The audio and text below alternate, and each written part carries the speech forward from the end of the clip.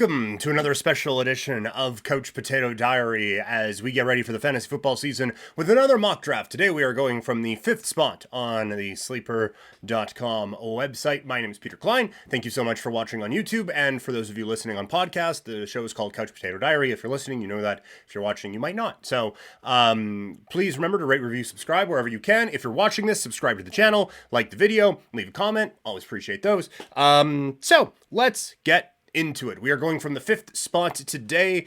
We've had a couple curveballs thrown our way. So let's see what comes with the number 5 selection. Start draft. Okay. Oh, we're going to be muting that right now. I don't know if that's picking up on the microphone, but that's annoying. Wow, Travis Kelce going 3rd.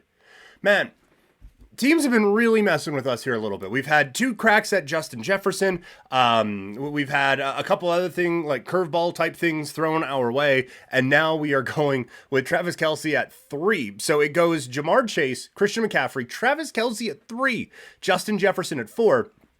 And now we're up here at pick 5. I'm not the biggest Eckler fan. And what I'm seeing here is that at pick 5, starts to get into the territory where I'd rather not be picking in the first round.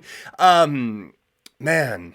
All right, I'm not the biggest Eckler guy this season, but he is very talented. We will go with Austin Eckler and see what the rest of the draft brings us. Saquon Barkley goes immediately after, and then we got a run on wide receivers.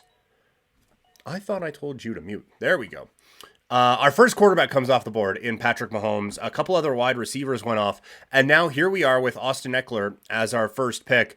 Available right now, Devontae Adams, Josh Jacobs, Josh Allen, Jalen Waddle, and Jalen Hurts. So looking at the available running backs, Josh Jacobs clearly number 1 in terms of ADP. Najee Harris is there along with Ramondre Stevenson. At wide receiver, it's Devontae Adams, Jalen Waddle, Chris Olave, along with T. Higgins and DK Metcalf. Tight ends that are available, Mark Andrews, along with TJ Hawkinson, George Kittle, Kyle Pitts, Dallas Goedert, and Darren Waller. So an interesting spot to be in right now. A couple of Raiders sitting right there.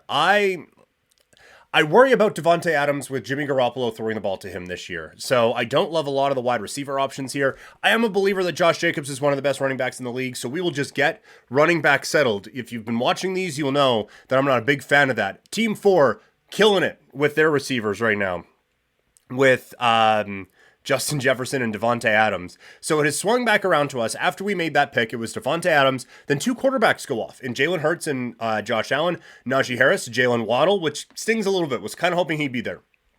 Mark Andrews, then Breece Hall, and Ramondre Stevenson. So the top 3 available in terms of ADP are all receivers: Chris Olave, T. Higgins, and Devontae Smith. Travis Etienne is there along with DK Metcalf and Lamar Jackson. I haven't gone Olave yet, but I think I might in this case. I think that he has the potential to do some fun things out in New Orleans. So let's... man, Lamar's tempting me.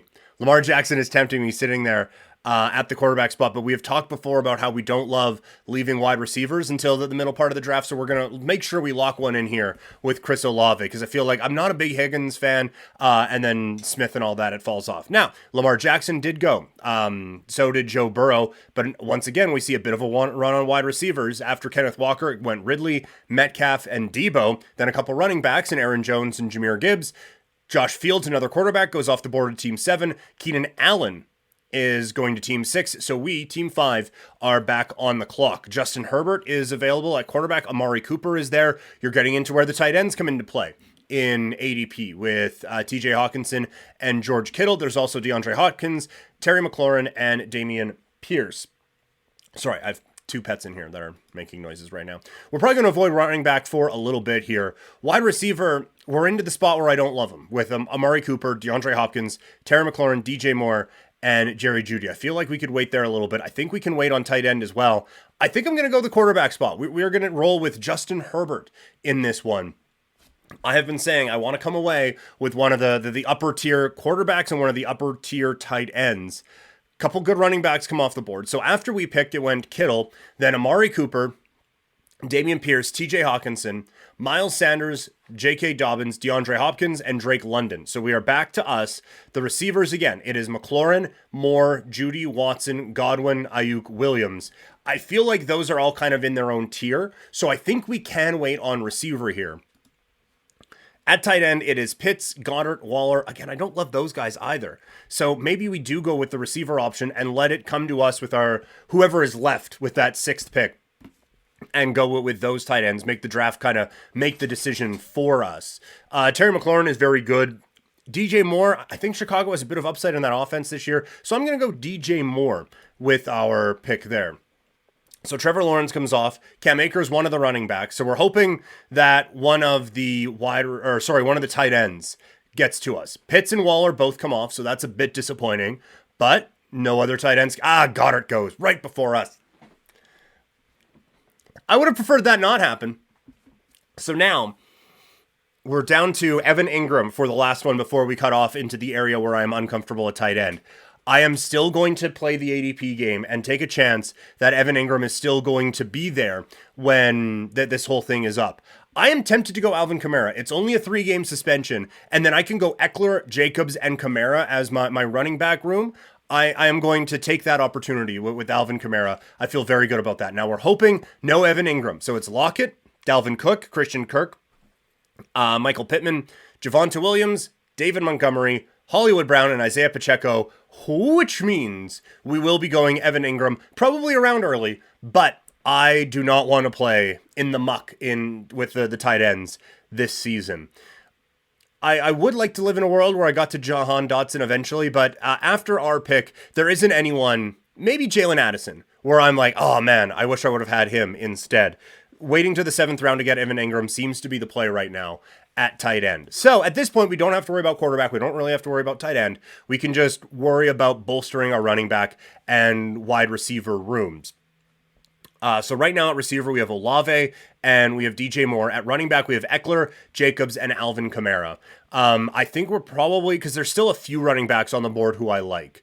So at wide receiver, there's only a couple. Kadarius Toney is interesting given his role in Kansas City, but guessing along with who's going to be playing in that role in KC has always been a bit of a challenge. So I'm going to go Quentin Johnson here, the rookie out of the Chargers. I'm going to take him with our pick. I think that he could play a role there. All of the receiving options in LA are a little injury prone at times, and I think Quentin Johnson has a chance to come in. This one stings a little bit. Khalil Herbert has always been kind of our guy who we've been getting in the 8th, 9th, 10th round. And for him to come off the board there right before us is another one that stings just a little bit. That has always been kind of our, hey, we get it locked down at running back when we get that dude. So I might keep going with wide receivers here and keep going with the rookies with Zay Flowers. We're gonna lock that one in there as well. And I'm liking how our receiver room is starting to come together after what I think was a pretty strong running back draft as well. You're starting to see a couple quarterbacks come off the board here with Rodgers and with Cousins, another tight end in Kincaid. We had another run on running backs. So the RBs are starting to go here a little bit. We've been making this pick a couple of times around this spot with Ezekiel Elliott. Odell Beckham Jr. is also there. We could just double up on Baltimore receivers. But I think we're going to go with Ezekiel Elliott and just see maybe, like, I think Ramondre Stevenson's going to be really good. But I mean, look, there's a world where they just use Zeke a fair amount. So we're going to go with Ezekiel Elliott. After that pick, it goes Dalton Schultz, Anthony Richardson, Damian Harris. OBJ does go to team 1 at the back end of the 10th round, who then double up with Allen Lazard in the 11th. Then it's Jerick McKinnon, Bateman, and Boyd. And now it is back to us at team 5 here with our 11th overall pick. So we have 5 more picks to go here at this point. And it is around this point where I'm now going to start looking kicker and defense, because it's where they have been going in these drafts, and no one is jumping off the board for me right now. There's a couple who I honestly wouldn't mind getting, so I'm considering going with the defense or with the kicker in this spot, but I think the move right now might actually be going Tank Bigsby. I'm very intrigued because I'm not a big ETN guy, so I think Bigsby might have a bit of the run out there in Jacksonville, so I think we're gonna take a bit of a gamble here, go with the rookie Bigsby, and we'll see. So their first defense goes off the board with the 8th pick of the 11th round to team 8. The first kicker comes off. We have another defense that goes. So we were on the wrong end of a defensive run last time. I still think... So after our pick, defenses that go, Baltimore, San Francisco, the Bills, the Eagles, and the Cowboys.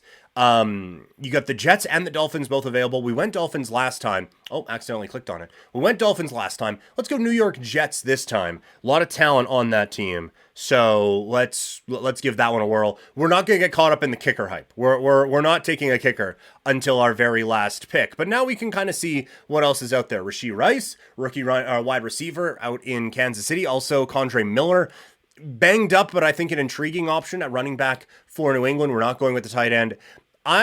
These are a couple of players who I've taken a couple of chances on, Darnell Mooney and Romeo Doubs, who I think are going to have sneaky big portions of their offenses this year. I'm going to go Darnell Mooney, wide receiver out of Chicago, with the pick there. I think that he has a bit more of a straight line to potential fantasy opportunities, where I think like Claypool is going to be kind of the bigger threat, but I think that Mooney has the opportunity to be kind of a big play weapon in that offense, where I just don't necessarily know. Like Dobbs, I think, is going to have some run, but there are going to be, I think, some weeks where it's like, oh, 2 for 33. That's just fantastic, isn't it? So our last real pick before we get into our kicker here, we have Rondale Moore. Jalen Hyatt is available as well, along with Nico Collins.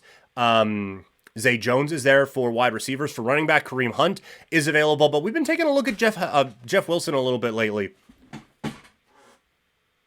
My dog's going a little crazy, but she'll be okay.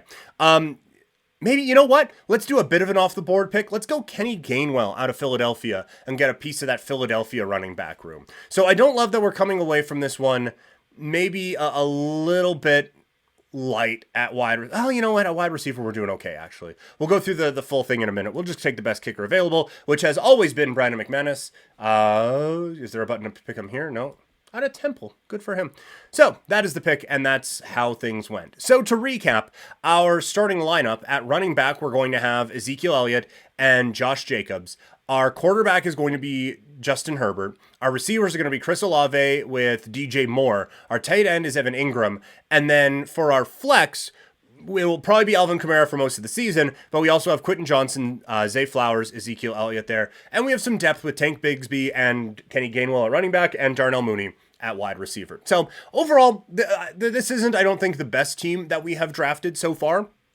The wide receiver room does feel a little bit light to me, but that is an elite running back group that I think can help us win a few weeks. And getting Justin Herbert there and waiting on Evan Ingram, I think, did actually pay off in this one here to be able to get Kamara in that spot. So I feel pretty good about this team from the number 5 spot, even though we were throwing that curveball with Travis Kelce. I still want to draft Kelce first round and see how the team plays out. But we stuck to a lot of the strategies that we've talked about on previous drafts here, and I think we came away with a pretty good team. But let me know. If you're watching on YouTube, leave a comment and let me know how you think this team looks. You can subscribe and like the video as well. If you're listening on podcast, leave a review. You can subscribe to the channel as well. We always appreciate that. In terms of more content this week, for our fantasy football previews continue tomorrow. We're going to be doing another mock draft, as well as looking at overvalued players. We're also going to look at overvalued teams as our NFL previews continue. It is a fight and football Friday, so we're going to be looking at potential title challengers at 135 pounds, as well as a full preview for the biggest AEW show in that company's history coming up this weekend. So a lot to get to on a Fights and Football Friday tomorrow. Thank you all so much for watching. Thank you all so much for listening, and I will talk to you all later.